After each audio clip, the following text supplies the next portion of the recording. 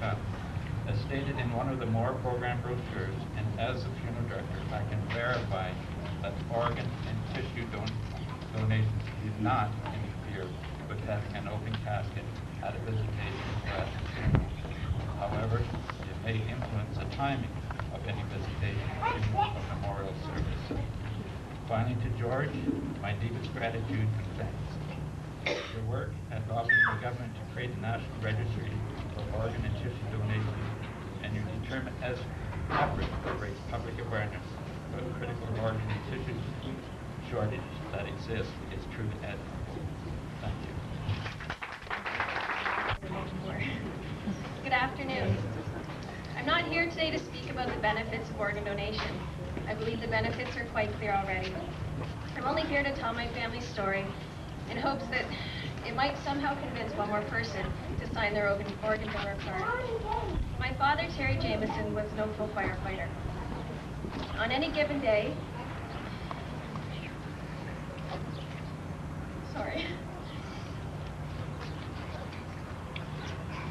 On any given day, he was expected to be ready to respond to the scene of an accident, rush to a medical emergency, or battle a fire too.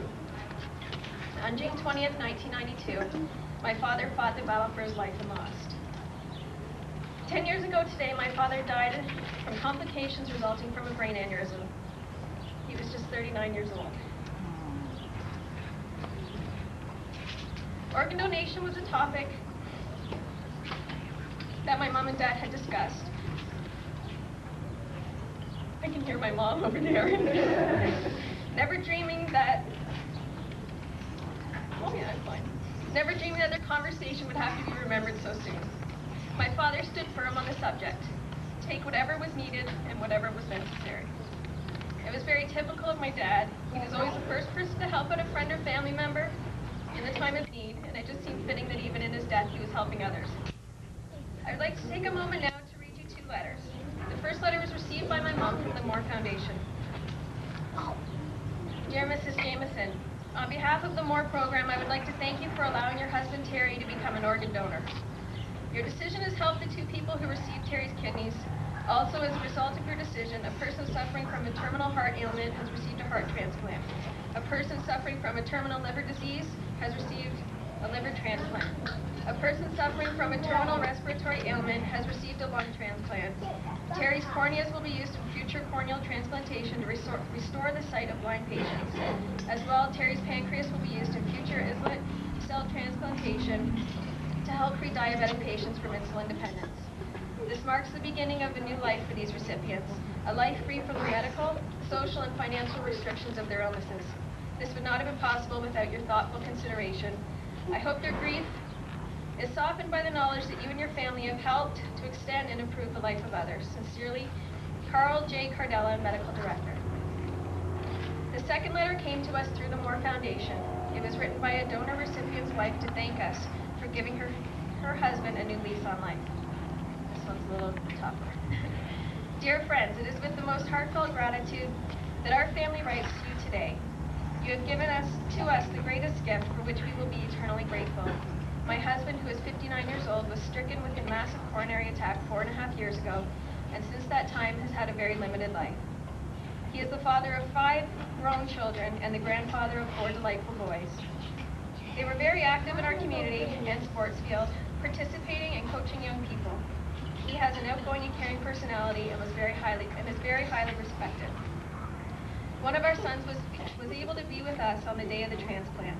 As we were driving back to the apartment after seeing my husband for the first time after surgery in complete awe and thankfulness for the miracle of new life which we had just been given to us all, my son said with much emotion, Mom, we are so fortunate and happy on the beginning for Dad on this Father's Day, but to think that somewhere there is a family that is grieving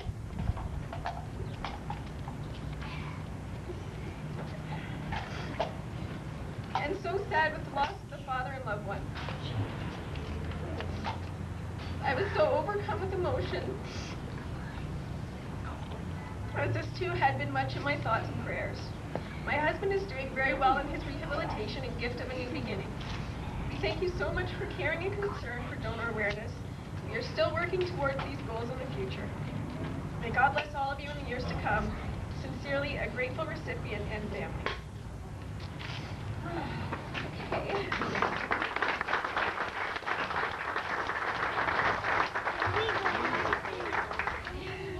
Although the wounds of losing my father will never heal, I can find some comfort in knowing that my father's selflessness and willingness to help others has saved countless lives and improved the quality of life for many others. We are all potential donors, just as we are all potential recipients. Life is unpredictable and you never know what the future may hold. Please make sure that your family and friends are aware of your wishes, and please sign your donor card. I'd like to thank Debbie for allowing me to fumble my way through this today, and to thank George for making this such an important matter and making sure that everybody's aware. Thank you.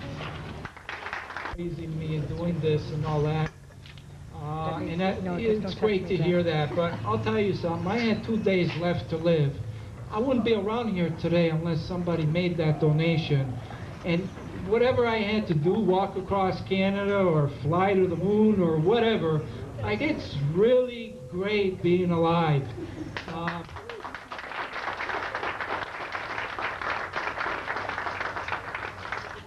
I wanted people during this walk, I wanted the attention to go to where it was truly deserved. And that was to those people that passed away and made that incredible decision so that my life and 5 others in my case were saved, but in other cases where there's been a tremendous amount of lives saved and a tremendous amount of individuals who have had their lives restored. Eyesight, people can walk again, people had serious skin burns are restored. There's just, it goes on and on and on. These are the people where the attention should be given. These are our true heroes. And deputy acting mayor, is he still here? Okay.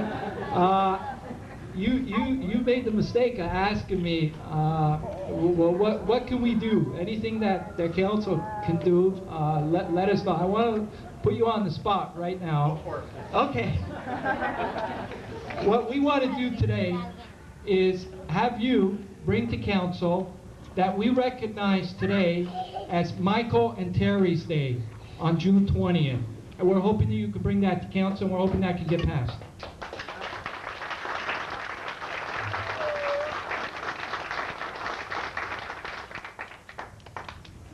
I will do that, yeah. Okay, thanks. Thank you.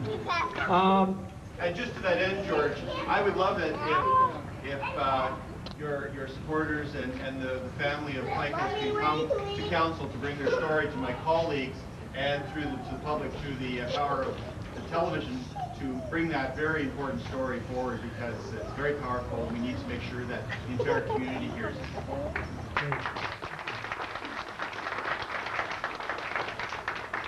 Very good.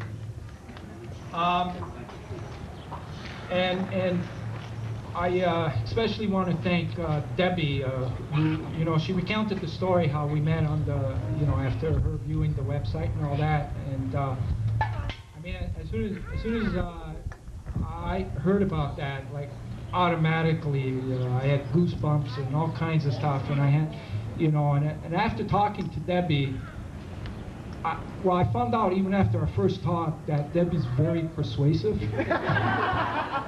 and she likes to get her way, and I couldn't have it any other way, like for today to honor Michael and all the things that Debbie did in making this a beautiful day today. Somebody quoted that today is a day of love, and that's how we're going to remember today. It's a day of love. There's so many people that took part in this and that, with a passion. We're all trying to do something. We're trying to honor something beautiful that was done, and everybody took their part in it, and it's going great. And I'm hoping that we'll be able to further this message throughout our country, because as you well know, there is about 4,000 people that are presently on the waiting list, and this includes a lot of men, women, and children. A lot of children that are on the waiting list, and those individuals and the families are going through